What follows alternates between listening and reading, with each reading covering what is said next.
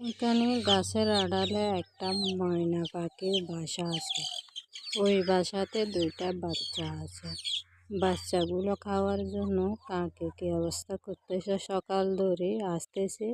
ময়না পাখি দুটা উড়ে ওই গাছে যাচ্ছে, ওই গাছে যাচ্ছে, কিন্তু বাসার দ্বারে আসতেছে না।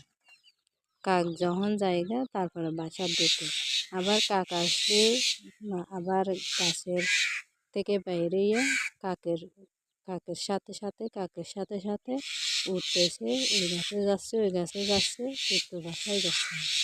একবার ভাবুন তো, বাচ্চা দুটো আড়াল করার জন্য, কিন্তু বাসায় ঢুকতেছে না।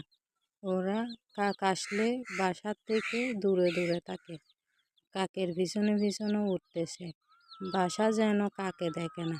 সেজন্য ময়নার কি বুদ্ধি দেখুন, ময়না দুটো বাসায় ঢুকতেছে না।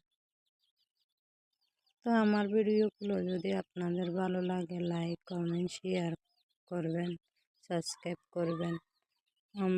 আমি কিন্তু বড় অসহায় মানুষ একজন, আমাকে হেল্প করলে আপনাদেরকে আল্লাহ হেল্প করবে। টাকা পয়সা দিয়ে হেল্প করলে হেল্প হয় না, কিন্তু সাবস্ক্রাইব লাইক কমেন্ট করলে এটা একটা হেল্পের মতো বলে। তো আসসালামু আলাইকুম, ধন্যবাদ। আল্লামা সাঈদীকে দুনিয়া থেকে বিদায় করে দিয়েছে যারা, শহীদ খেতাব দিয়েছে, কারণ এরা মরে নাই। কিয়ামত পর্যন্ত মানুষ ওনার জন্য দোয়া করবে, দোয়া করতে গিয়ে এক ফোঁটা চোখের পানি ফেলাবে।